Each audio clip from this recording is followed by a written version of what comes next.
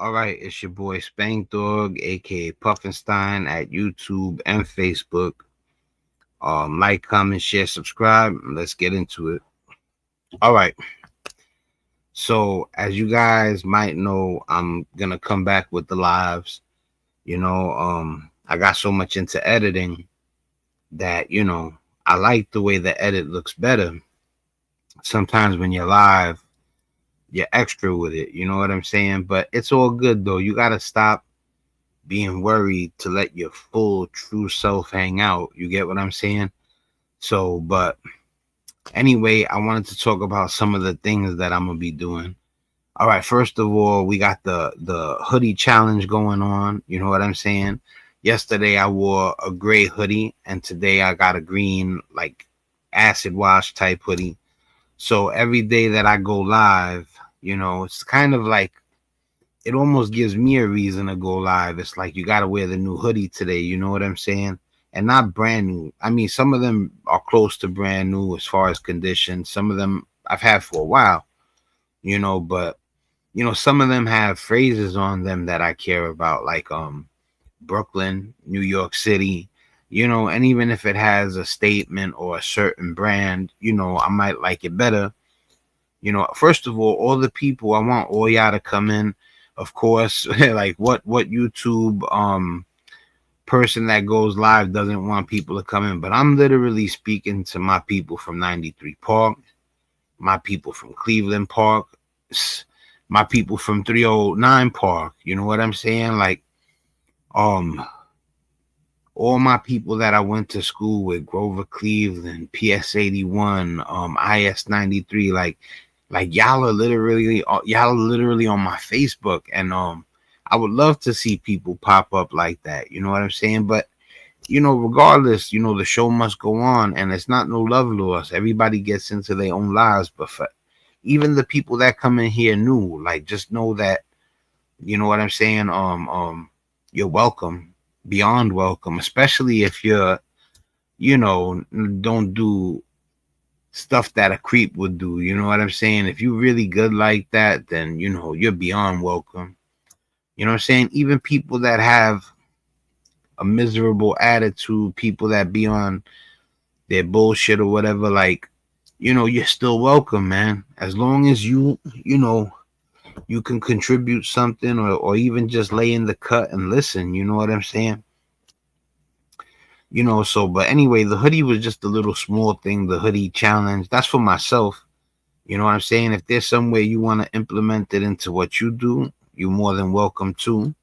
First of all, you know, another thing is you got to learn that it's okay to relax and take a break for a second. And then there's also the part where you got to start to realize that you're learning, and you're going to have to implement the stuff that you learn. So, like, every now and then, whether a person likes that you had to pause for a second, it is what it is. Alive, unless it's scripted, if you have multiple producers, if, people are helping you holding up cue cards, or there's teleprompters on deck, you get what I'm saying? Like, then it could be, the live could run smoother. But I'm just one person right now. You know what I'm saying? But I got a lot of love in me. That's what matters. It's really like that, man. Like, look, let me tell you something. This is a real sporadic, random, variation type live. You get what I'm saying? You're gonna get everything. And I want to ask everybody out there this question: why does it look like the people that have the most money are the most? Those people are bums. They could have did it for themselves. Um, um, everybody has a shot, and this and that. And and like I said, when I talk about groups, I always say this, because you know that, like, if there was a army that was being led by an evil dictator, some of them troops are gonna be wanting to get at that leader, right? You know what I'm saying? Like, that's a fact. If there's an evil dictator leading a force of 1 million, I guarantee you there's good in that million, a lot of good.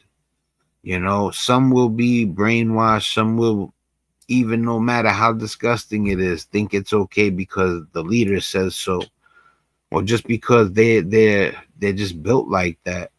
But there's always gonna be good in a group that's large enough. I'm not talking about two people, a group of two people. Yeah, a group of two people can be 100% bad. But when you start to hit a certain number, there's gonna be a good guy, you know? So anyway, we're gonna talk about the 72 vultures. First of all, I should have did this from the beginning. Want to show you the man cave. First of all, a lot of people don't know. First of all, let me take off the ticker real quick because I don't want to have that playing all day. Well, but anyway, if you look, there's the man cave. You know, part of my concept is man cave, basement click, you know, and I deal with the trading cards, the collectibles, and I would deal with anything that has to do with something man cave. So just so you know, this is my idea. You know, I got it from nobody. This is all me 100%. And, you know, from the moment I've talked about it, it's mine because yeah, YouTube, once you publish something, you know, it's like I can't say this 100%, so don't quote me on this. But I believe once you publish something on YouTube, it's got sort of a copyright on it. Now, like I said, don't quote me on that because I'm not certain, you know what I'm saying? So that's the mini version right there. So you can still see the man cave, but you know, it looks like a trading card shop, you know, and I am gonna create a space like this. It's inevitable. Like I'm gonna create multiple spaces like this, you know, and like I said, this is my idea, you get me? You know, but at the same time, you know, everybody does collectibles. Not everybody, but people are really starting to catch on to the collectible wave. I've been collecting since I was 6 years old. That's 43 years ago. My father was giving me Mike Schmidt's and Willie Mays's and Carl Yastrzemski's, and you know, and I was flipping them. We used to do this thing where you would flip the card, and whatever landed a certain way on the floor, you would take all the cards. But we didn't know that it would hurt the card, or we didn't know that it mattered like that. You know, at that time in 1980, 1984, 83, 82, cards were that's the beginning of cards and certain collectibles finally starting to be understood as like antiquities. You get what I'm saying? So people really started taking care of their collectibles after a certain time. And that's probably around when I was young, you know. So, but after people understood flipping them wasn't a good idea, that's when you started to see monster boxes. Booklets were like really the big thing, the first thing. I used to go to the flea markets, you know, and the flea markets, you know, they were that was the place to go to, you know, do your card thing. You know, card shows have been around for a while. Comic book shows, comic book conventions, card conventions, you know. Like I said, I'm old school. I remember it was the Belmont, the Aqueduct, and then I remember going to the Elks Lodge, but that was a little bit later. This is NYC stuff, you know what I'm saying? So anyway, I want to get into the 72 vultures. All right, the 72 vultures that passed. So let me bring up the video real quick. Now I'm actually doing a commentary on this, but it had an update. And like I said, I can't do everything edited, or I'm not going to be able to deal with you guys as much. And I got a lot to say. I mean, you could tell I'm a talker. But the thing is that I'm trying to talk about things that people not only don't want to talk, they can't talk about because they don't care like that. You know, big shout out to my son, man. My son took me to another level of caring. You know, I don't mean to bring it up in every live, but you know, my God, you guys know, some of you, that my son deals with. You know, I'm a special needs parent. Just put it like that. And he taught me how to care more than ever. And I was already like that. He just took me to another level. So let me share the video that will add to the story of the vultures.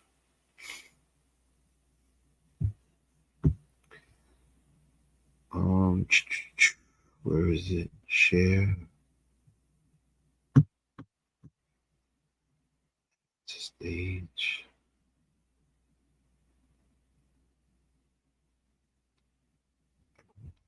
All right, cool. I see what's going on. All right, there goes the 70 vultures story right there at the bottom. But don't worry, I'm gonna make it larger by far. You know, there you go, right there. You know. All right, so look, there we go. Now I'm included 100%. So I hope you guys like the hoodie. Yesterday, like I said, it was a gray one. Today it's a green tie dye jump off, as you can see. It's got this little hook here, you know. It's got the little hook right there because I hang them up on my door and my door has hooks and it creates that little hook mark that you see right there. But if I put a little wrinkle releaser or iron it out, it'll come out. You know what I'm saying? The hoodie's good, you know. One thing about hoodies last a long time. Yo, what's the name of that hoodie? The man hoodie? The bear skin hoodie. Yeah, like, you know, um it looks good, you know what I'm saying? And listen, man, comfort, durability, all that stuff matters. So I'm feeling the bearskin hoodie, but you know, if it's something that I would wear to floors like that, I don't know. I don't think so. Maybe it depends on how. Yeah, but that's not really the type of stuff I would like to like. If I was gonna look nice, that I would, you know, utilize the bearskin hoodie. But it looks cool though, and like I said, man, that's for when you want to stay warm. That's when you want to make sure that you got something that's strong, you know. And that's if it is what they say it is. That's not like I bought one. But another thing that I plan on doing is buying stuff like that and unboxing it in front of you people. You know, the game has changed as far as YouTube and everything. You got to understand, you got competitors, and it's okay if you nice like that, you gonna shine. So, but look, anyway, let's get into the story, man. The 72 vultures dropped out of the sky simultaneously and passed away. So, what what made these vultures die? You know what I'm saying? So, I'm gonna play this report for you right now. What?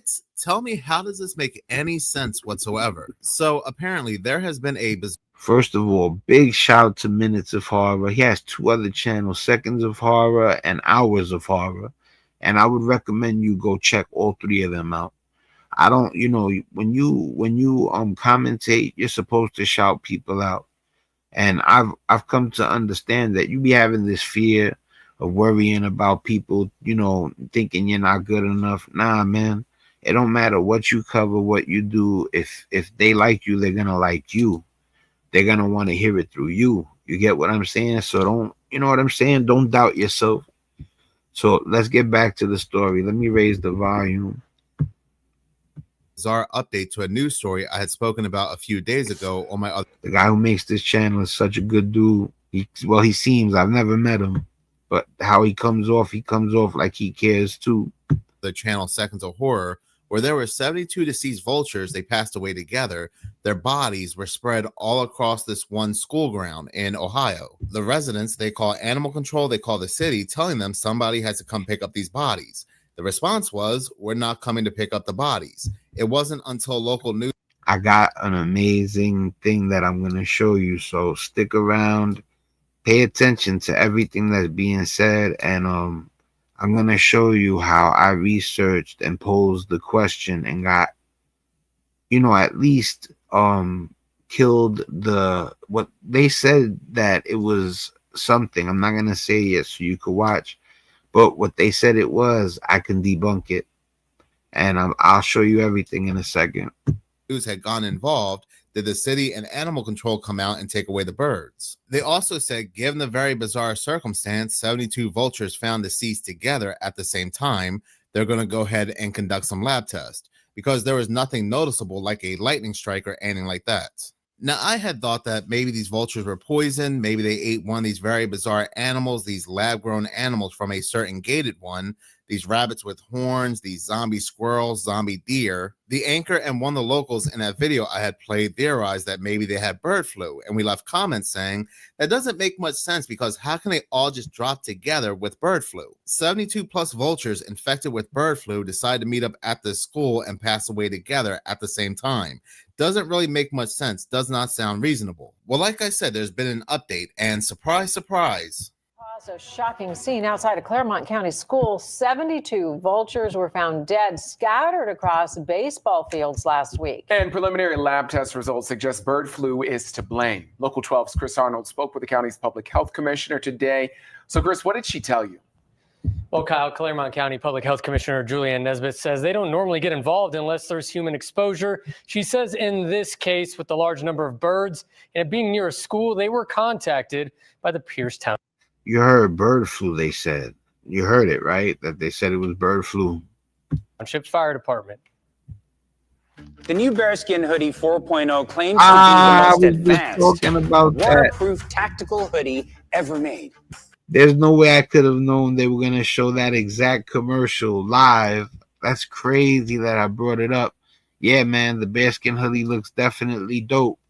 But it doesn't, you know, it's not I don't know if I would wear it to floss out, you know what I'm saying? But that's for another video. But the real question is, I've been in working in public health for almost 30 years. And never a mass bird flu incident. That's not simultaneously. That's crazy.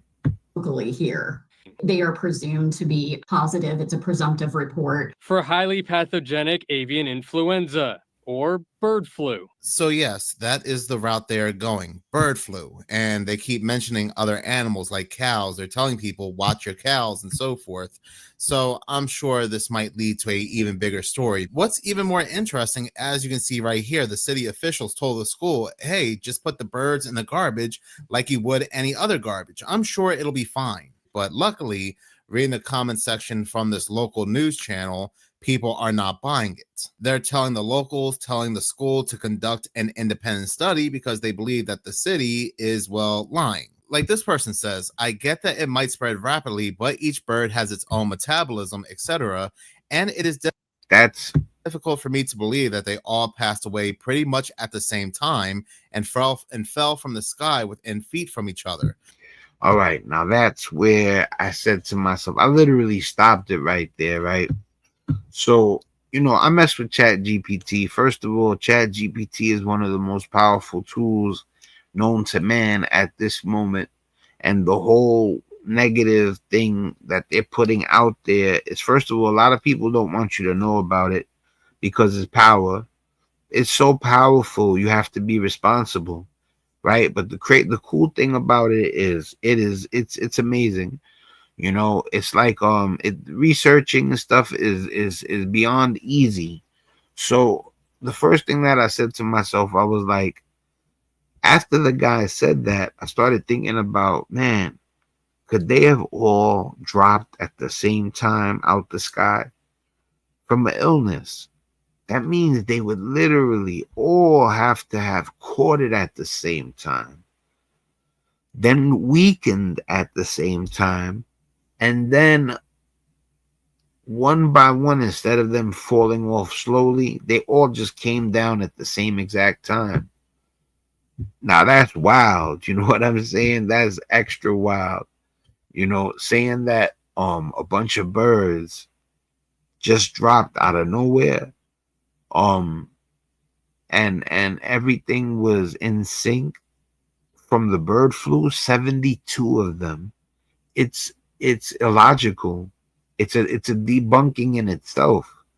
Just if you stop and think and you literally get super logical with it, you're gonna come up with the whole, it couldn't have been bird flu. But Like I said, you know, Chat GPT is like a life calculator. Pretty much that's a good comparison, because with math, right? With math, if you have a calculator, you'd have the answer in seconds. It was when the calculator was first invented, it must have been looked at like the most amazing thing in the world, because these calculations had to been done through writing, through the long way, just really different than from an instantaneous answer, right? So now with Chat GPT, you get these instantaneous answers. So I say to myself, ask Chat GPT if it's possible, right? So, but the crazy thing was is that he said it was possible at first, right?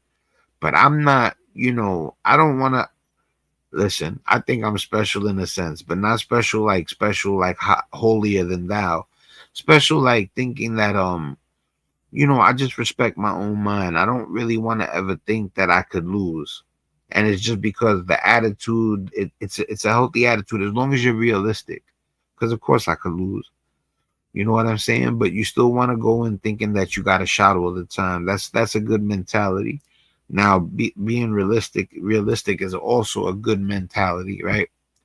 So the vulture theory, right? I go to chat, right? The first thing I tell chat, if I got it right, I said, because I call him G. That's why you see I had a series going called A Chat Between Me and G.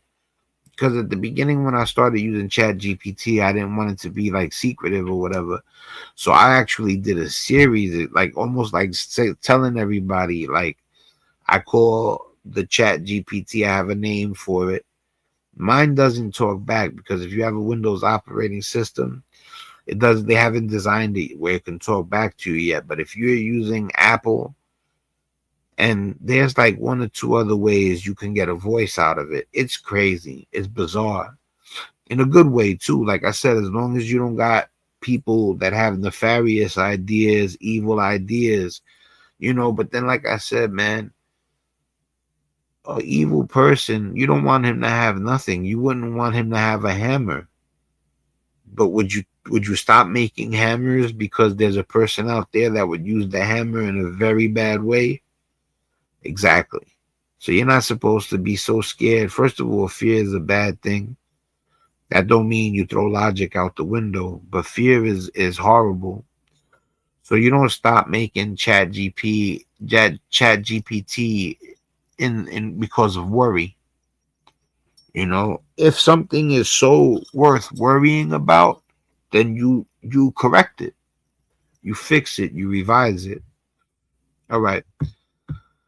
So I say, gee, there's a story about 72 vultures dying. I said there was an update recently on a news report that said they were sick from the bird flu. So you know, a lot of this stuff isn't necessary. The chat bot tells me, G tells me, the latest reports, official statements say the vultures were presumptively positive for highly pathogenic avian influenza. You know, they say highly pathogenic, so that's important. So, you know, I'm going to skip everything else that he got into and go straight to the next question.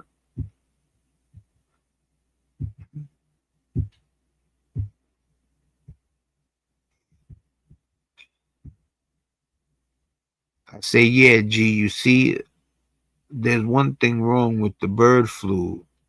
When a person or even an animal gets diseased, especially 72 infected, they don't all drop simultaneously at the same time.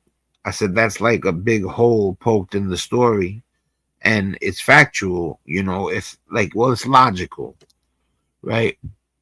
Beyond logical, logical to the point where the chances of what they're saying happen is 1 in a gazillion, 1 in a septillion. Septillion's a number I learned recently. So yeah, 1 in one in a septillion. Let me check the chat real quick, see if anything popping. All right, so Let me get back to that. All right. So chat goes, G goes, I get exactly what you're saying, and you're not wrong to question that. From a biological and epidemiological standpoint, perfectly simultaneously death across 72 animals is not how disease normally behaves, including bird flu. That's a fair hole to poke. That's what he tells me when I said it pokes, like it pokes a hole in itself, right? So I'm gonna skip ahead a little bit because he talks, he gives me info or whatever, but stuff that's not really relevant right now. Because at this point, he still hasn't canceled out that it could be true. So I said, gee, I've heard everything. I've been on this planet 49 years. I said, I've never seen 72 of anything die simultaneously unless it was from an explosion or something like, a natural disaster, right? He goes, I hear you, and your lived logic is solid. In 49 years, most people haven't seen dozens of living things drop at once unless. See, that's what I'm telling you. He's still saying something could cause it on a disease tip. Like he still hasn't aborted the flu theory, right? So I'm going to tell you this right now. I said 72 living things cannot die simultaneously from a flu. I said that's it, period.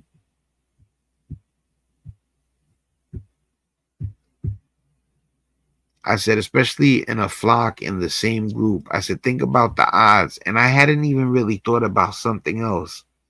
Them landing in the same spot matters because they weren't even inches or feet or yards apart. They literally dropped in like a group, which means like they really one didn't make it further than the other. They all dropped together, which means like it wasn't even to the point where one got a little weaker later than the other and dropped 10 yards further. So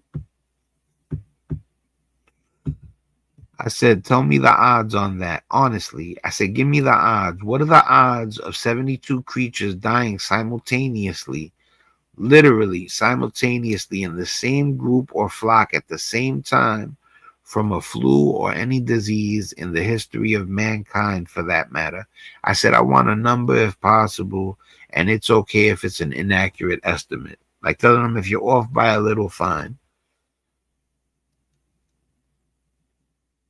He goes, because he calls me by my name, well, at least my nickname. He goes, Spank Dog, if you mean literally the exact moment, same exact second, odds from the flu, he said, are close to zero. But I get it to the point where he says, no, it is zero.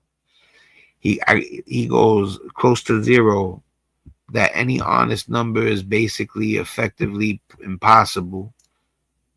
He's saying this, he's very close to saying definitive, but he won't go there yet. He still leaves that one in a bazillion, right?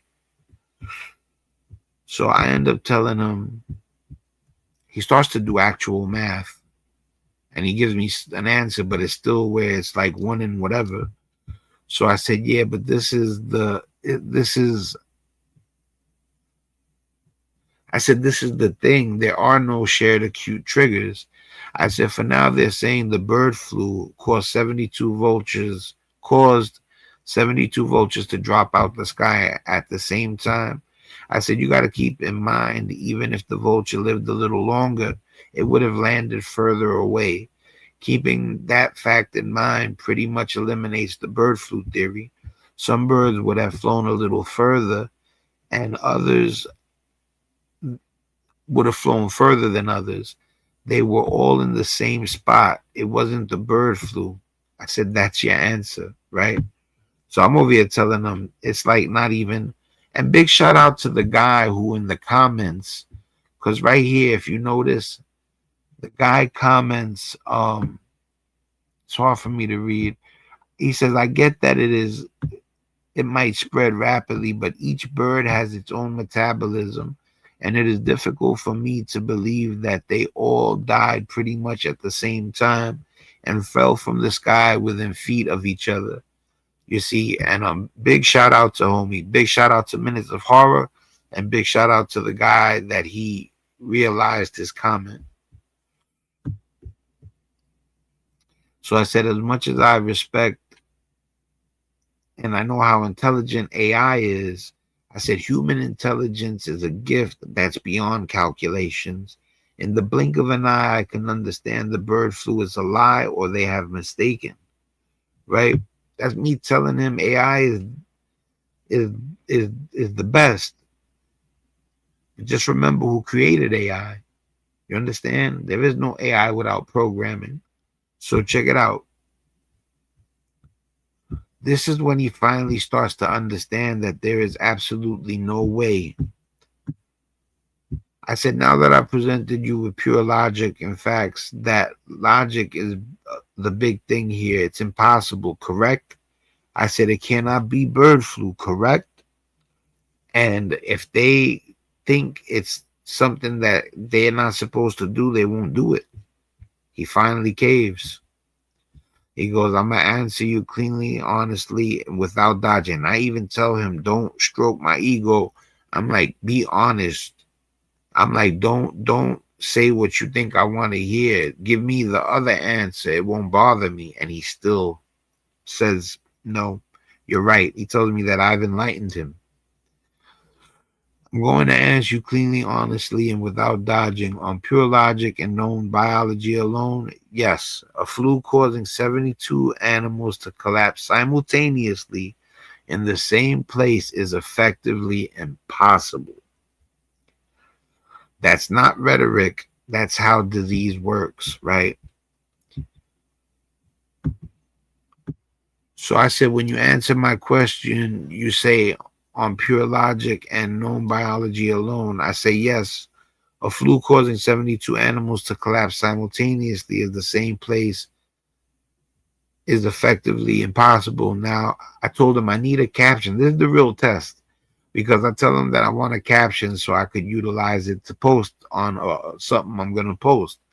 But, you know, it's my caption, but I want a polished version, right? So when I asked him to give me the caption, he would have rejected me if he really believed there was a chance that it was the flu. And he gives me the caption. You know what I'm saying? And I was happy, you know, because I knew that I had enlightened him and that he would have told me no. But all right, so check this. But then I tell him this, because now it's past that. Like, I was already happy that I got him to let me check the comments real quick. All right, cool. So it gets to the point where we're past whether it was the bird flu or not. Now, mind you, this is all for entertainment purposes only. You know, everything is alleged. I don't know. I can't say everything. Anything is factual, especially because I could get in trouble for doing it. So, but what I'm telling you is that from after everything I did, I would say definitely it wasn't the bird flu, I believe, in my opinion. So, it gets to the point where I'm like, all right, now that we established that most likely it wasn't the bird flu, I said, what could have made them all drop at the same time, right? And he goes, acute poisoning via shared the same food source. Vultures feed communally. If they consumed a poisoned carcass, an animal euthanized with toxic agents, a carcass containing rodenticides, pesticides, or organophosphates, then every bird ingesting it would be hit with the same short window. This causes rapid neuromuscular failure, disorientation, loss of flight, and collapse. So he's saying in that one that they could have ate the same thing. Right. But, you know, I already knew what it could have been, because I've heard recently about pockets of air building up toxic gases. And if something passes through it, they can die. Right. So that's what I was thinking. So the second one, let's see what he says. Secondary poisoning, not intentional towards the birds, but still lethal. Livestock treated with certain chemicals, pest control agents, used improperly, contaminated bait meant for another species. Vultures are extremely sensitive to some compounds. A dose that barely affects one animal can wipe out dozens of scavengers. All right, but that means they still fed on the animal that was toxic. All right, here goes toxic environmental exposure. This is the one that I was saying that I was worried about because we take in the air. See, if they fed on a carcass that was poisoned, we're not going to feed on a carcass that was poisoned. But if they went into a pocket of air, that's what is scary, because that means that a lot of stuff that's going on with disease could literally be being caused by the air we breathe.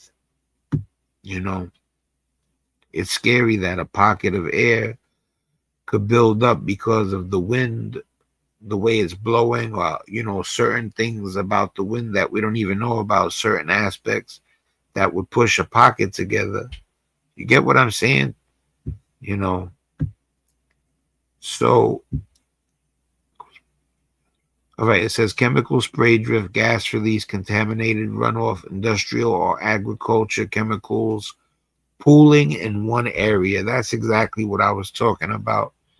Now, I'm not certain if, you know, it was the pocket of air filled with toxic air, but if it was, that's horrible. All right, I'm going to play a little more of the video right now. This other person says, "Oh no, put it on your sixth mask. Does it seem odd that flying creatures all decide to fly to the same location to pass away from a disease that kills relatively slowly?" And yeah, I mean, that's true. And you have to think of vultures too. They have extremely powerful stomach acid.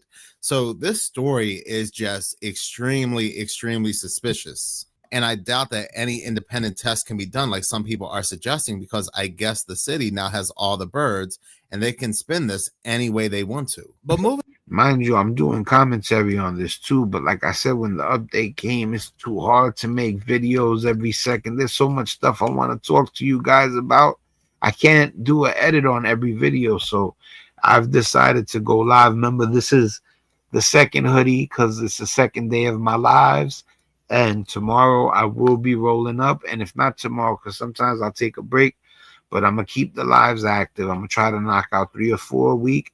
And every time I roll up, I'm going to have a new hoodie on. Not brand new, just different color. You know, different style, just a different hoodie. It could be brand new, but I have so many hoodies that I have from buying hoodies in the past. I think I could go keep it going for a month or two. And I don't even got to buy one or nothing like that. So let's see how that keeps going. All right. So I wanted to bring up this. He's going to go on to another topic. Let's see. moving on to another. Yeah, see, he's going to go on to something else. So I'm going to stop that one. And we're going to get into the Kristi Noem topic. All right. Kristi Noem was just put under pressure. You know what I'm saying? Listen, man, this is politics, you know, and I told you guys I'm not scared to cover nothing. So, you know, the one thing that I do try to give people a break from is politics, you know what I'm saying? Because it's, you know, it's just crazy.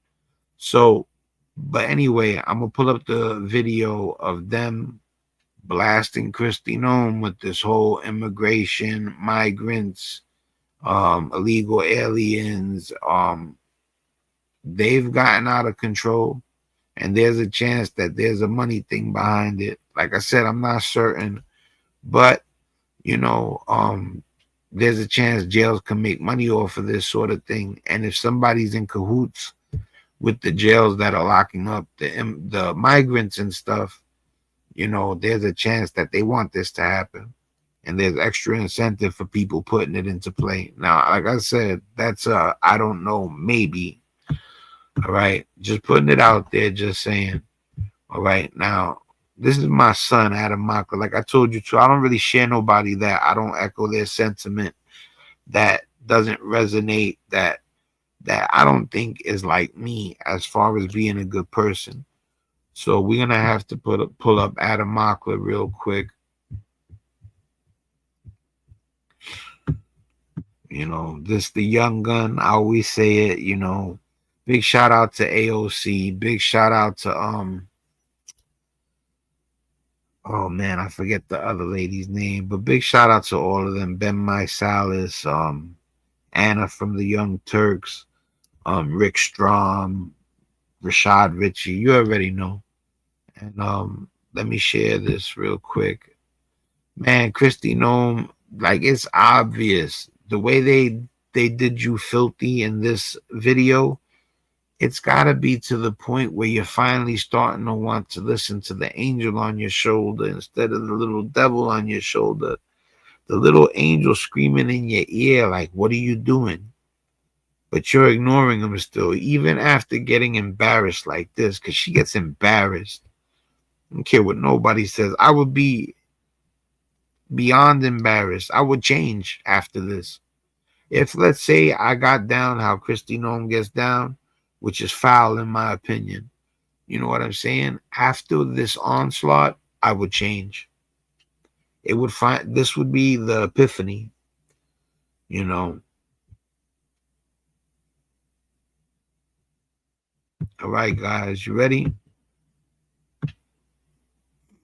I got to show you all this incredible moment where Secretary of Homeland Security Kristi Noem is caught live on TV, just left speechless after she's confronted over her own administration's deportation of United States veterans. One more time, the Trump administration has been deporting U.S. veterans who served for our country, who were shot and almost killed for our country, rather than targeting people who have criminal records in the United States. The Trump admin said that they would be allocating funds towards the deportation of violent criminals, yet they got into office and reallocated those funds towards farm workers, towards mothers just going to the courthouse to have their day in court, towards preschool teachers who we've seen get ripped out of class and then deported, and now veterans. These are stories that have been making the rounds online, but seeing the Department of Homeland Security Secretary Kristi Noem being confronted about this is next level. Earlier today, we also learned that a judge ordered Kilmar Armando Abrego Garcia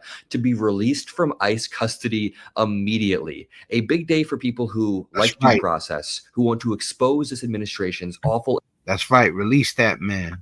Release that man. What's wrong with you? Immigration policies. And before we jump into Kristi Noem, let me just explain. Kilmar Armando Abrego Garcia is the perfect example, the perfect microcosm of this administration's lack of due process. This was a man who was not allowed to be deported to one specific country. There was one country he wasn't allowed to be deported to, which was El Salvador, and this administration still did it. This is a Maryland father who was just taking care of his kids every single day, going through the proper processes to get his citizenship while he had temporary protected status, and the admin ripped him out of his job and deported him. It was such a mistake that they had to bring him back to the United States. Now that I've laid the groundwork by showing you how sloppy this administration's immigration enforcement has been, let's. Man, listen, man, they brought homie back, thank God. I've heard stories, man. I think there was a story where they brought the guy back to his country. They deported him, and he didn't have any ties to where they brought him back to. He didn't know nothing. He didn't speak the language, and he was a diabetic.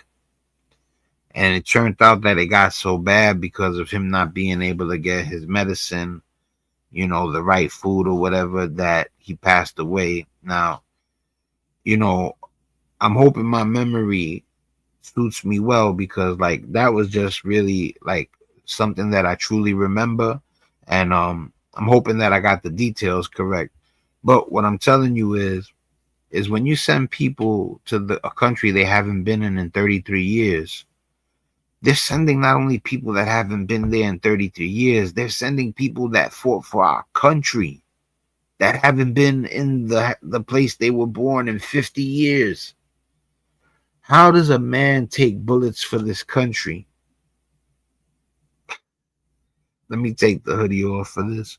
How does a man or a woman take bullets for this country lives here for 40, 45 years, and you go and put her back in the country that he or she was born in when they were 4 years old, and say that's what it is. You fought for us, you took bullets for us, you lived here for 40 years, but go back to the place that you haven't been in 40 years ago, and that's when you were 5 years old. You tell me that's okay? Like, forget Democrat, Republican, bro. Like, yo, how come everything is Democrat, Republican? That shit is wild to me. How is not just right or wrong, fact or not fact? You're telling me that's okay? A person who took bullets for this country. I'm gonna play the video. You're gonna see them give it to her. Just how I was just speaking, you're gonna see these politicians. You know, sometimes I think we're worlds apart, but then sometimes I know that there's politicians out there that have the minds of everyday people, but they're just in a different setting, you know, and they have a job, so they're well versed in politics and stuff. So it sounds like they're from another world. They're not. Listen. Let's watch this clip of Kristi Noem being confronted during a hearing on Capitol Hill today. Make sure you like the video and double check to make sure you're subscribed to the Adam Mockler feed, because we are beating MAGA media and you guys are helping. Let's check this out. I don't believe you served in the military. I haven't either, but I think you and I can agree that as Americans, we owe everything to those who have served our country in uniform, particularly those who have served in combat. Do you agree with that? Sir, I believe that people that are in this United States that are citizens have legal status here. Madam Secretary, we are joined on Zoom by a gentleman named Se-Jun Park. He is a United States Army combat veteran who was shot twice while serving our country in Panama in 1989. Like many veterans, he struggled with PTSD and substance abuse after his service. He was arrested in the 1990s for some minor drug offenses, nothing serious. He never hurt anyone besides himself, and he's been clean and sober for 14 years. That's all good. He is a combat veteran, a Purple Heart recipient. He has sacrificed more for this country than most people ever have. Earlier this year, you deported him to Korea, a country he hasn't lived in since he was 7 years old. Will you join me in thanking Mr. Park for his service to our country? Sir, I'm grateful for every single person that has served our country and follows our laws. Can you please tell Mr. Park why you deported him? Every one of them needs to be enforced. But you understand that many veterans struggle with PTSD, many veterans struggle with substance abuse challenges. This man took 2 bullets for our country. You have broad authority, by the way, as secretary, to issue humanitarian parole, to do deferred action. Will you commit to at least looking at Mr. Park's case to see if you can help him find a pathway back to this country that he sacrificed so much for? I will absolutely look at his case, but I want you to remember that Madam Secretary, the man behind you, please stand up, sir. His name is Jim Brown from Troy, Missouri. He is a Navy combat veteran who served our country in the Gulf War. He's married to a woman named Donna, who came to our country legally. She got them. He got the people popping up behind her and everything. She's surrounded. Man, yo, big shout to homie Seth Magaziner. I believe that's how you would pronounce his name. Democrat, Rhode Island. The Democrat thing, I'm really not caring about. Excuse me. I'm really not caring about labels right now. I really don't care about labels no more. Not even rich, poor. I don't care about none of that. That is Seth Magaziner, and he's doing the right thing right now. From Ireland when she was 11 years old. This is just brutal for Kristi Noem, by the way. This is brutal for her. She has lived here for 48 years. Because of you, Jim's wife, Donna, has been in prison for the last 4 months. She did not come here illegally, and she has never committed any crime other than writing 2 bad checks totaling $80. Let's think about that. 2 bad checks totaling $80. In some instances, writing bad checks might be looked at really bad. Not for $80. She shouldn't have done it, you know, whatever. But like I'm saying, like it's not even to the point where she'd try to get over on 100K, 10K, talking about $80. You know what I'm saying? Still not a good move, but very petty, very small, you know, and definitely it looks like she made up for her mistake 10 years ago. She is currently in prison and facing deportation. Ms. Noem, will you thank Mr. Brown for his service to our country? Thank you. Oh, her husband is what balances it, and even beyond balances, it tips the scales in their favor. The good outweighs the bad. You ever heard that phrase? Mr. Brown, for your service to our Now, what possible explanation can there be for locking up his wife for 4 months when she has committed no crime other than writing a couple of bad checks for $80? Sir, it is not my prerogative, my latitude, or my job to pick and choose which laws in this country get enforced. You have broad discretion as the secretary. You can. This lady, bro, like, come on, son, you in front of everybody. You still gonna do that? You can't be like, it's wrong. You know, let me tell you something too. For her to be one of the first people to have an epiphany live on TV, it would be historic, because it's not gonna happen. It never happened. It never will happen. But you know, like I said, one of the problems with police, and not all police, this is for the police that do what I'm talking about. When you're wrong, bro, say you're wrong. You'd rather take a man to his grave than say, you know what, you're right. It's crazy. This is the case, and so many videos that, you know, gain views from showing the situation.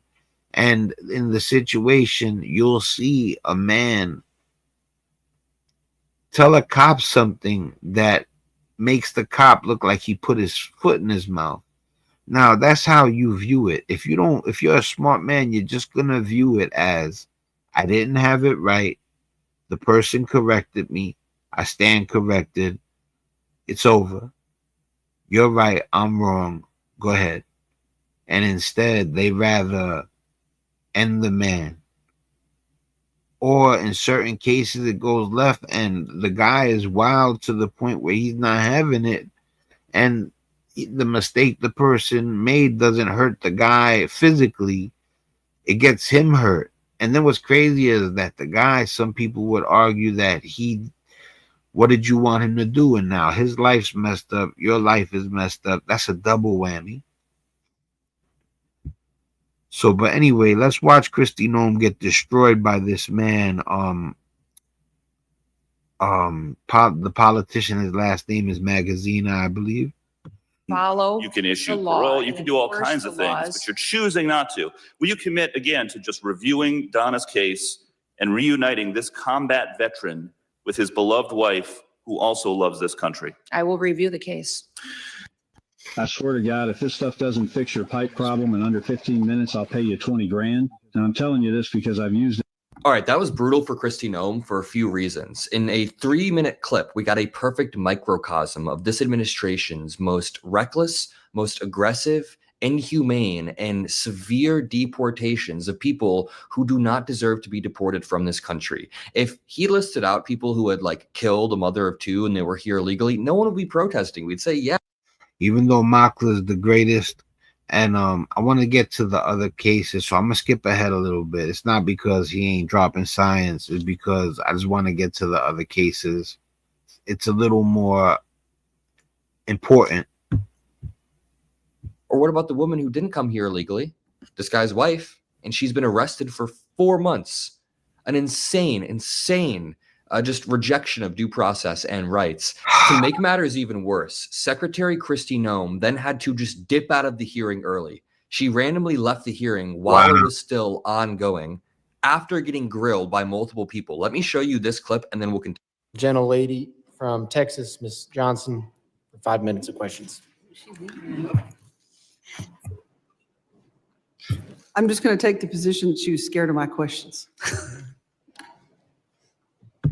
Wow, I told you. I forgot how brutal it was. Matter of fact, I don't think I made it to this part. I think I was busy. I think I seen the beginning and I had to do something and I didn't get to finish watching the video.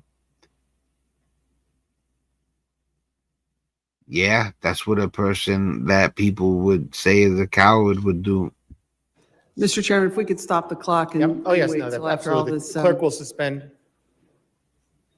That's We could reset the time. That would be helpful. They're resetting the time, but she made the joke. Oh, was Kristi Noem scared of my questions because she had just did? Gentleman's time has expired. I know the secretary has to leave, and I would now recognize the gentlelady from Texas, Ms. Johnson, for 5 minutes of questions.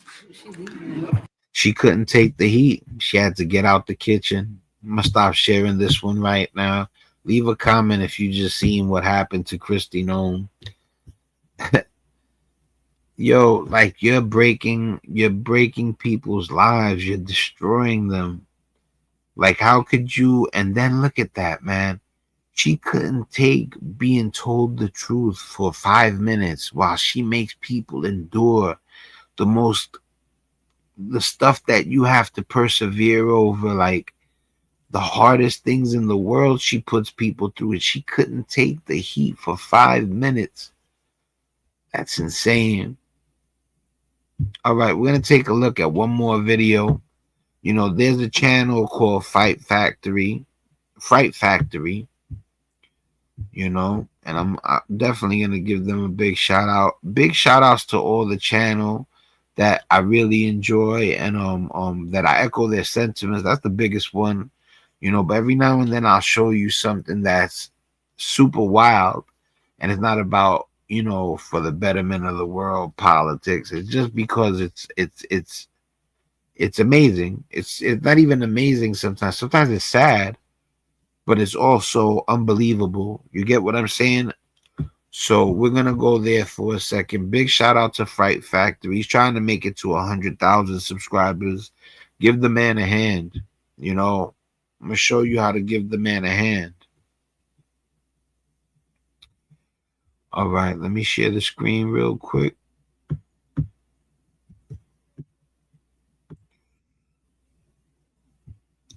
All right.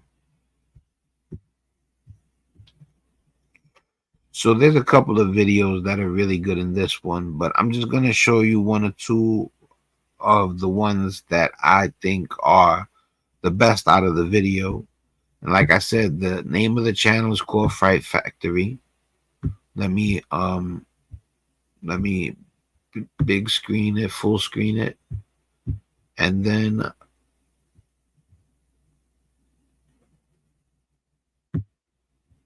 while you guys are watching, I'm gonna hit them with,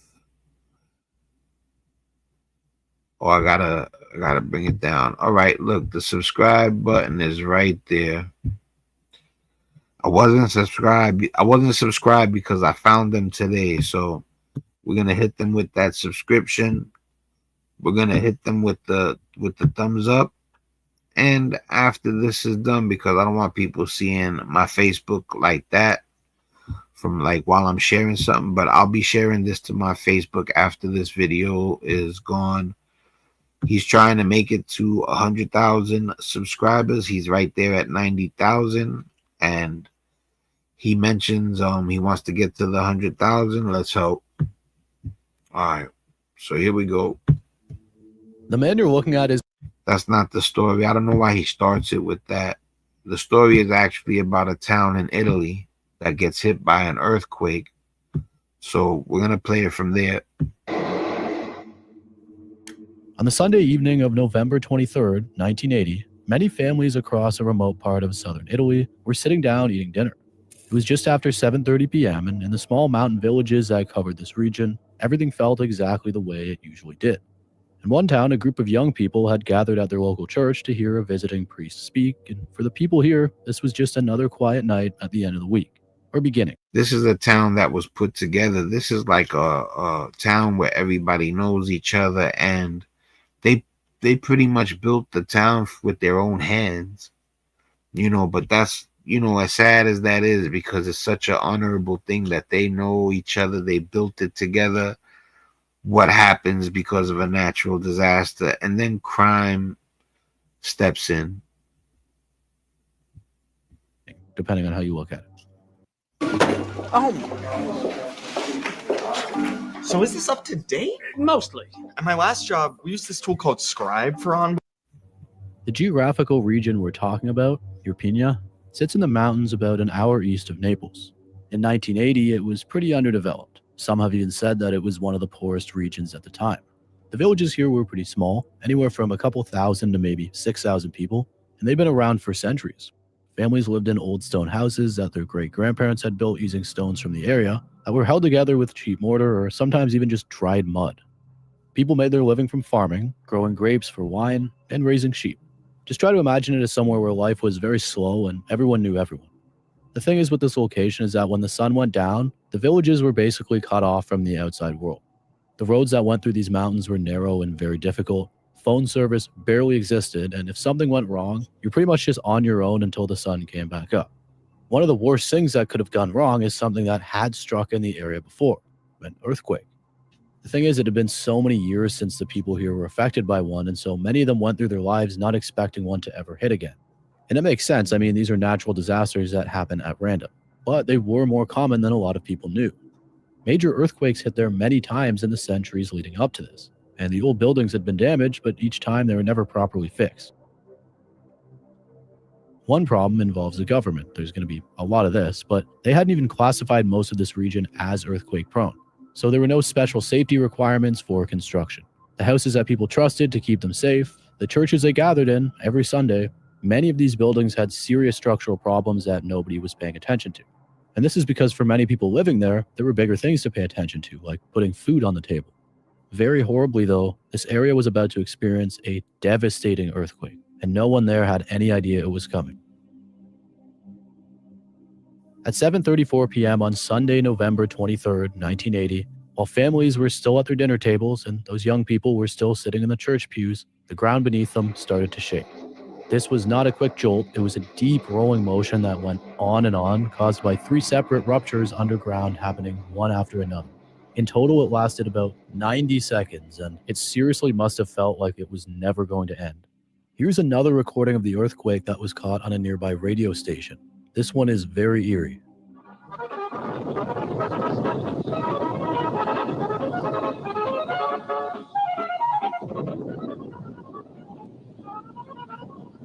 Man, the destruction. This audio was recorded by Radio Alpha 102, a local Avellino. That's crazy, Avellino. That reminds me of The Godfather. I'm not sure, but Avellino radio station that was playing folk music during the time of the earthquake. I have very mildly reduced the pitch and speed as I cannot extract the music.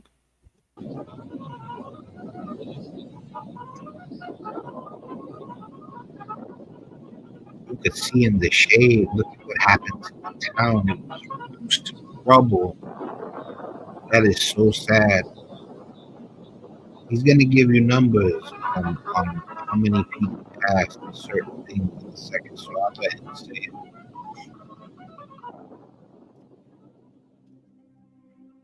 Now, I didn't show you the entire thing, but again, it lasted around 90 seconds. And for these old stone villages, this was more than enough time for absolute disaster. Buildings that had stood for generations came apart, walls collapsed into the streets, look at that, roofs caved in, and in the town where the young people had gathered for that visiting priest, the ceiling of the medieval church fell on everyone inside.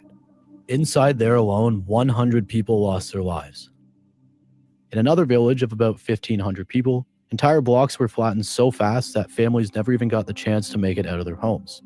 One mayor passed away while trying to dig his neighbors out of the rubble after a wall gave way directly on top of him. And there are so many stories here, but another horrible one I read was that an orphanage came down on the children sleeping inside.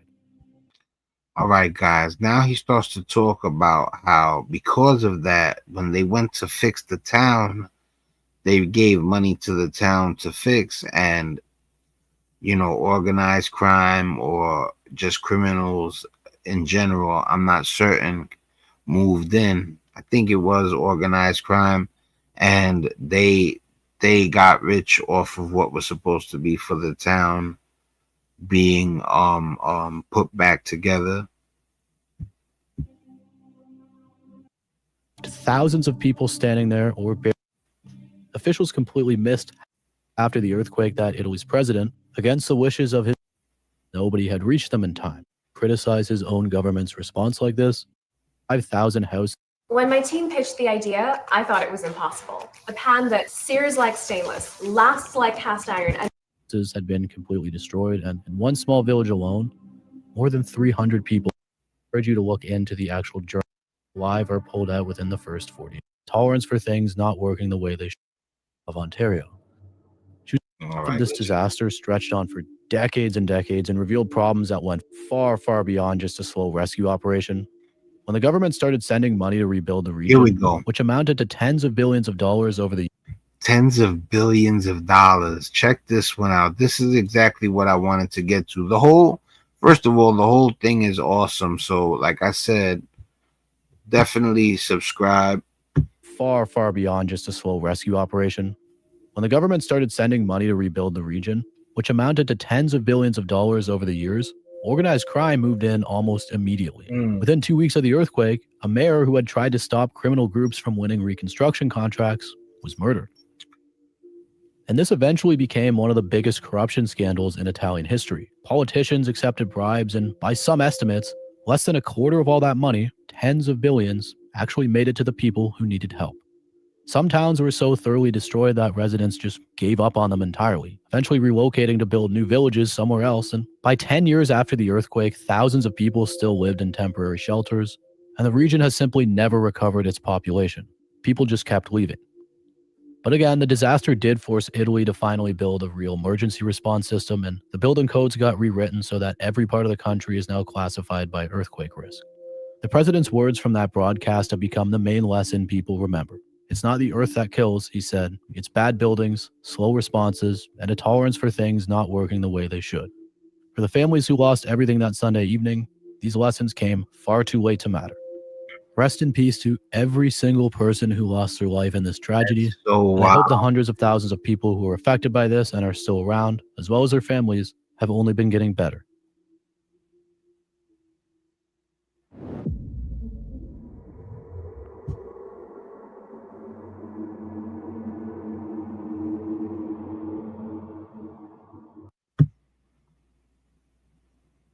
All right, I wanted to show you one more story. This is the one that I wanted to show you guys besides the earthquakes.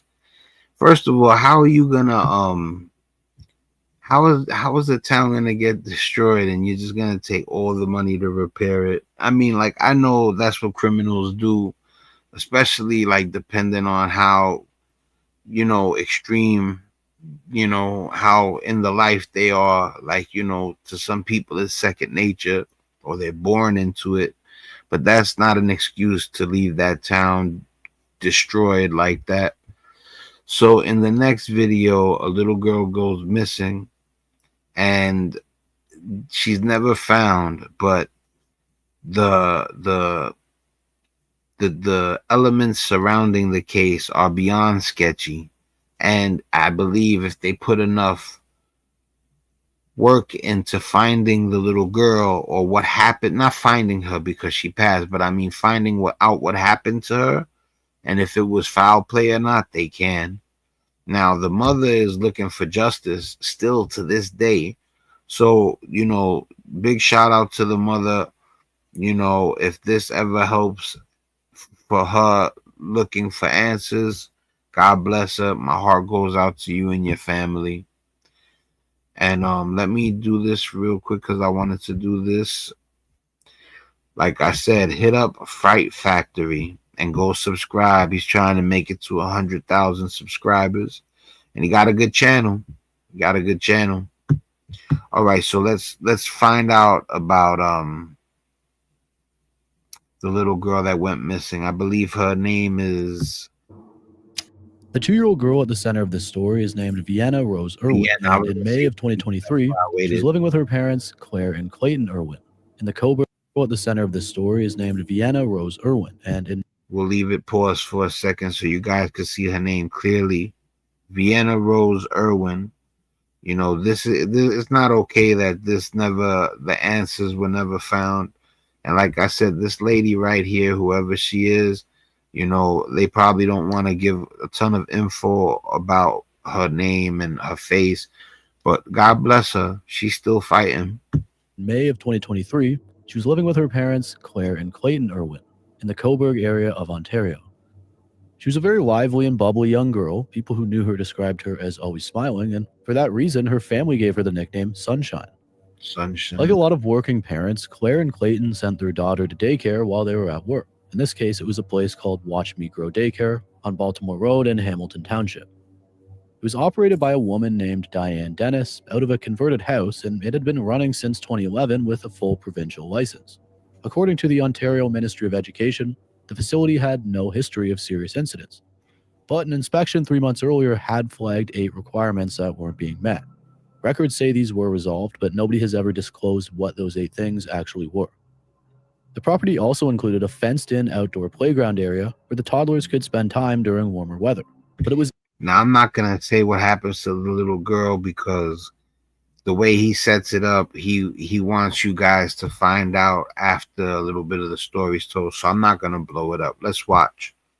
Inside this very area where something unbelievable happened. And if you're not familiar with this case, like I wasn't, get ready because it's pretty bad. So the morning of Thursday, May 25th, 2023 went just as it usually did. Claire would put little Vienna into the car and buckle her in. They'd head out, and then she did what she did plenty of times before. She dropped Vienna off at Watch Me Grow Daycare. From here, Claire would go about her normal daily routine, and then later in the afternoon, when she was done, she drove back to the daycare to pick up her daughter. On this Thursday, she arrived just after 5 p.m., and when she got there, the staff told her that Vienna was missing. And even worse, despite knowing that Vienna was nowhere to be found, nobody was looking anywhere for her. Police had not been notified, and Claire hadn't even been notified until she arrived. That's what makes me think that they know something more than what they're letting on to. The fact that nobody did anything and waited all the way till the mother got there, and then pretty much the mother had to take over. This sent Claire into a massive panic. She looked around quickly and then took the lead and called 911 at around 5:17 p.m. And very quickly, the area flooded with emergency responders. Neighbors came out to help, fire trucks arrived, people searched the woods, the ditches along the county road, anywhere a toddler might have wandered. But remember, Vienna was in that fenced-in area. It was not possible for her to leave. So where could she have gone? One neighbor later said that watching the mother during those moments was something she'd never forget. And for about 45 minutes, nobody knew where she was. But they would eventually find little Vienna at around 6 o'clock. Vienna wasn't in the woods or wandering down some ditch along the road. She was inside a septic tank on the daycare property within the fenced-in playground area where the children played every single day.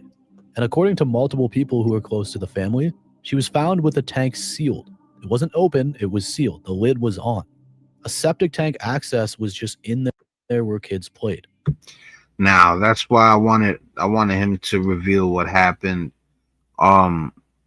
First of all, rest in peace to little Vienna, aka Sunshine.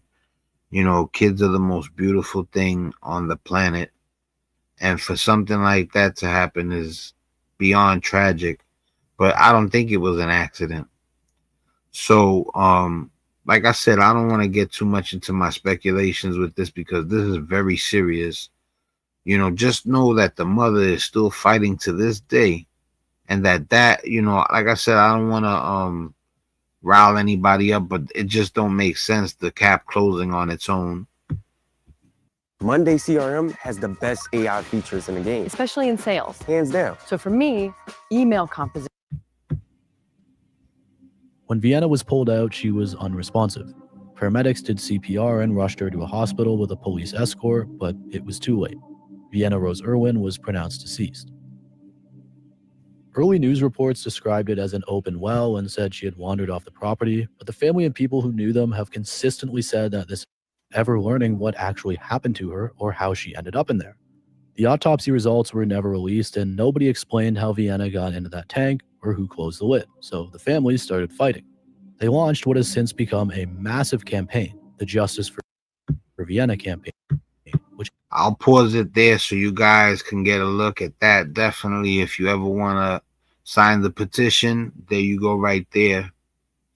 You know, I think I might have to hit that up. I think I am gonna hit that up. I'm gonna hit that up. Had to change that statement 3 times. It don't make sense not to sign this petition. Anybody out there too, you know, if you believe in it, the petition and sign it definitely. Which has gathered over 16,000 petition signatures and raised more than $140,000. In May of 2025, they filed a civil lawsuit against Diane Dennis, her husband Edward Dennis, the staff members, and various contractors and oversight authorities. There you go.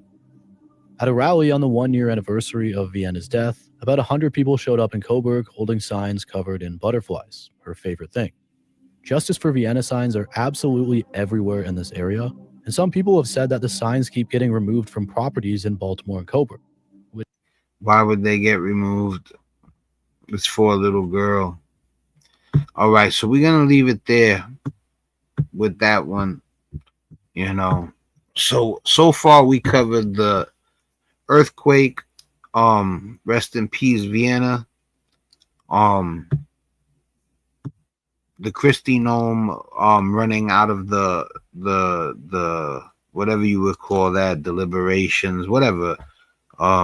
You know, I don't know the technical terms for things in Congress and stuff like that, but they were definitely questioning her and pressing her, and she didn't fare too well, you know. And then and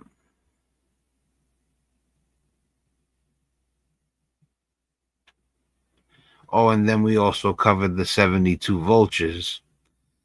So the 72 vultures thing is scary, definitely. You know what I'm saying? The Christie Gnome thing is just something that gotta change. I'm praying she had an epiphany. I doubt that, because she walked out. She didn't look enlightened at all. I don't think she cares at all. That commercial that she did is horrible. It's disgusting. You know what I'm saying? And she's a foul person, in my opinion. She's got Karen written all over her. People, listen, man, don't let a guy like Elon Musk tell you woke this, the woke disease, and that's all bullshit. Being woke is a good thing. Like I keep telling people, why would you agree with a person that's saying, yeah, stay asleep so we could take over everything and do all sorts of foul things to y'all? And also, I'm going to try to make it not cool to say woke. Like, you stupid, you crazy. Like, you over here, let me tell you something, man. I listen, man, when I was young, I was shining like a star, and I'm still shining. You know, we get fresh like no other. And like, you know, let me tell you something. I'm not broke. You know what I'm saying? But about Elon Musk, of course I don't got money like that, but that don't matter. That don't matter. I wouldn't want to be Elon Musk. If I would want Elon Musk's money, that depends. You know what I'm saying? You know, not if I'm gonna lose my life, not if I'm gonna be ridiculed for helping people. You get what I'm saying? But of course I want that money so I could help people. There's no way in the world I would turn down them saying, here's whatever, however many billion. I'm gonna go straight to the hood with that. You know? And I'm not saying like with it like out in the open, like I'm just saying like I'm gonna be giving that out to people, some of that. You know, that's real shit too. Like I'm not playing. That's on my son. You know what I'm saying? That's on my son. My son's special needs. Like, you know, I love my son. I've been with my son since day one. It's year 15. I've never not slept in the same house with him unless I've been in a hospital. And my son's severe autism would make a lot of cowards run away. I never flinched. I've cried. It's not the same thing as flinching. You know what I'm saying? He got some nerve talking about there's a disease. Like, listen, man, I am attracted to the opposite sex. So I cannot speak for a person that's attracted to the same sex. But I will say this. I do believe it's not something they choose.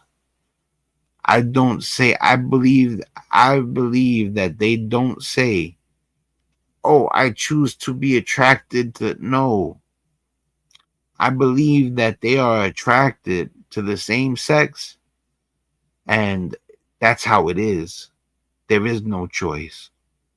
Now, there's a comment section, and I want to hear if from anybody, a person who is attracted to the same sex, because they're the one that knows, and you tell me if that's something you have any control over, or if it's something you're born like that. You understand? You know, the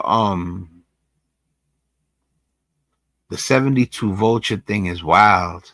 Like, like I know it's not the end all be all, but like when you realize that whatever killed them can be being inhaled by you, that's what's scary.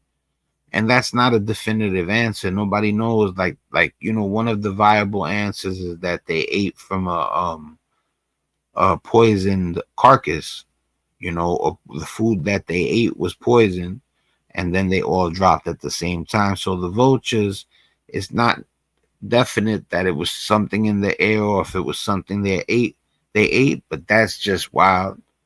The way Christy Nome got blown up, oh man, that's really good. She really ran out of that place. Like, she couldn't take people telling her, look, this is the person you deported. He fought for this country. He lived here 40 years. He hadn't been in his original country since he was 5 years old. He was 50 when you deported him. And he fought for this country and took 2 bullets. She couldn't take it. Like, they really got her good there. That's the way that I want people that are thinking like foul human beings. That's how I want people to get them. I don't want them to hurt them. I want them to use words and strategy that would enlighten them. And if it don't enlighten them, then they're gonna be evil or slimy or grimy till the day they die. And there's nothing you could do to help certain people. Hopefully, it struck a chord with her. I doubt it. She'd be up on that commercial talking about, yeah, we're deporting everybody. Anyway, what's the other thing we covered? I really wanted to close it out with the J.R. Ryder freestyle, but I'm worried that they're gonna hit me with a copyright jump off. Let me bring it up real quick though.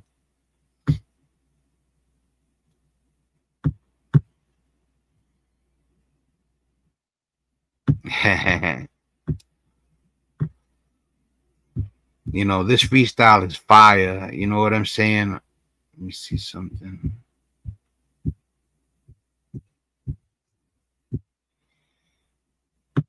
Is on the radar radio. Stand closing doors, please.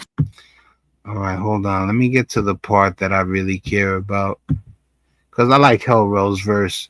But this is the thing I wouldn't mind giving you a little outro with. You know what I'm saying?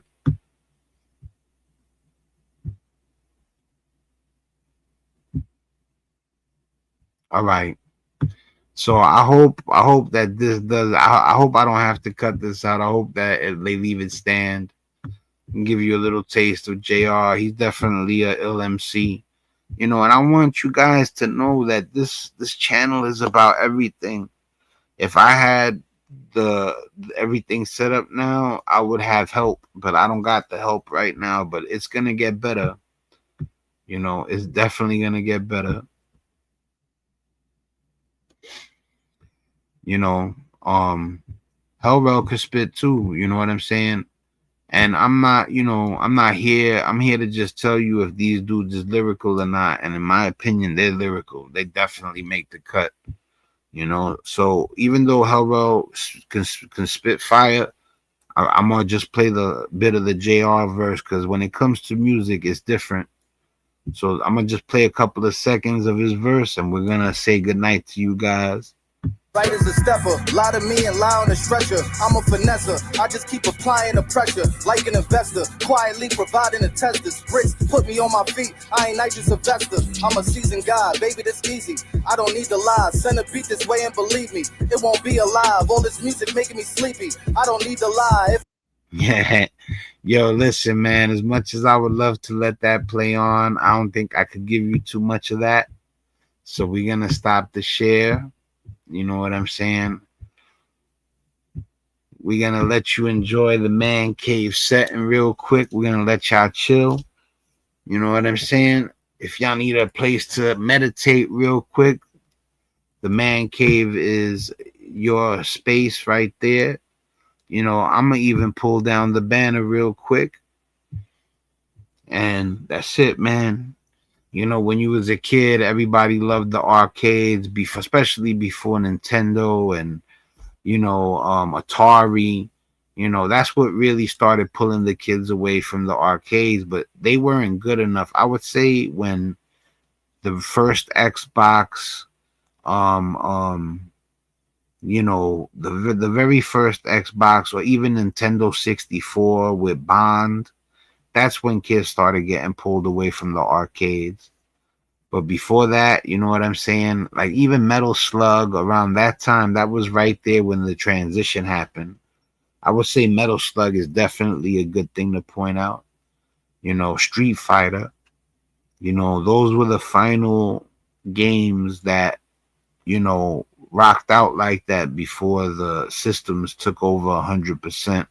Call of Duty, Destiny, Halo, Fortnite, Battlefield. These are all the best games. Rainbow Six, even Counter-Strike, you know what I'm saying? Resident Evil. What else? Oh, Grand Theft Auto. Those are the biggest games in the world that I'm saying right now. And even the probably Apex Legends was one of the more recent ones that became that big. You know, the parachuting in and fighting one versus 100, that became real big. I don't really like it personally. Me, I'm more of the Halo, Call of Duty, Destiny. You know, Destiny was a mix of MMORPG and, you know, FPS. So Destiny is literally a MMORPG FPS. Yes, I am a gaming nerd.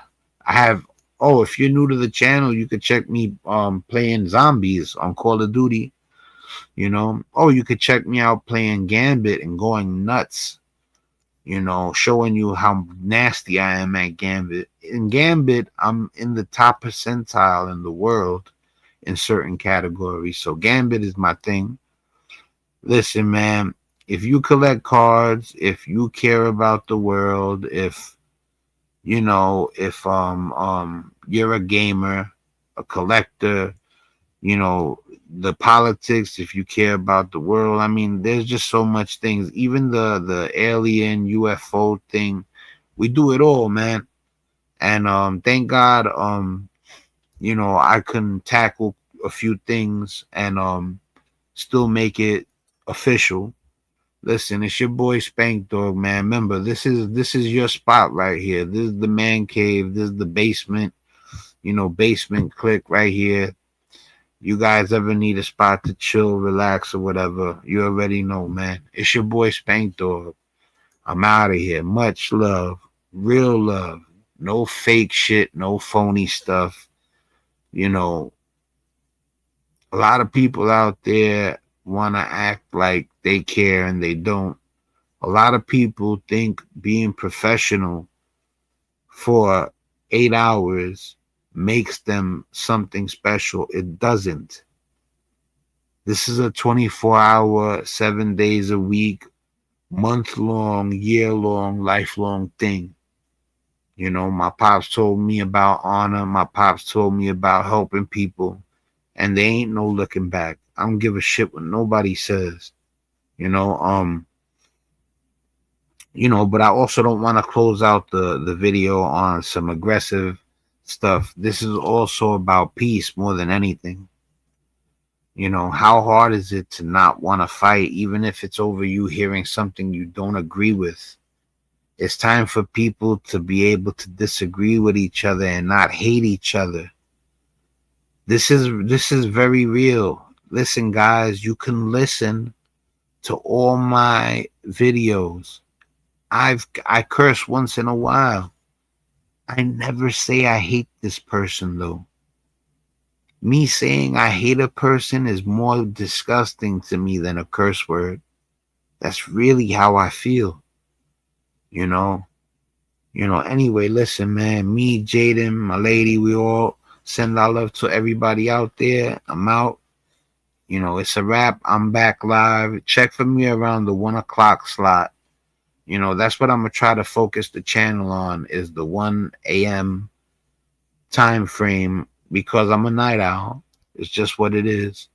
You know, and like I said, as aggressive and passionate as I can be, I still want this to be about peace and love. It's your boy Spank Dog, man. I'm out of here. AKA Puffinstein too. People like, why you say Spank Dog? I thought it was Puffinstein. It's both. You know, big shot, rest in peace to my little cousin, who that name was triggered by. We were just talking about gaming. The name Puffinstein was triggered by my little cousin, who is not with us any longer, you know, and he passed at a young age, which is very sad. But he was the one that when we were playing Wolfenstein on my Xbox, big shout out to British Columbia, Canada. I used to have a clan called BC, you know, and it was BC Metal Militia, BC Faded Lines, BC Chrissy, BC Spank Dog, BC Evil Jedi, BC Sickness, BC what was this guy's name? He was so good. Oh man, this guy could snipe you from a million yards out. I wish I could remember his name. He was probably the best on our team. But anyway, big shout out to him too. Listen, man. Rest in peace, Nene. Thank you for the name Puffinstein. You know, he put it on my Xbox when we would play Wolfenstein, and I've been using Puffinstein ever since, man. Rest in peace, Nene, man. I love you. Have a good night, everybody.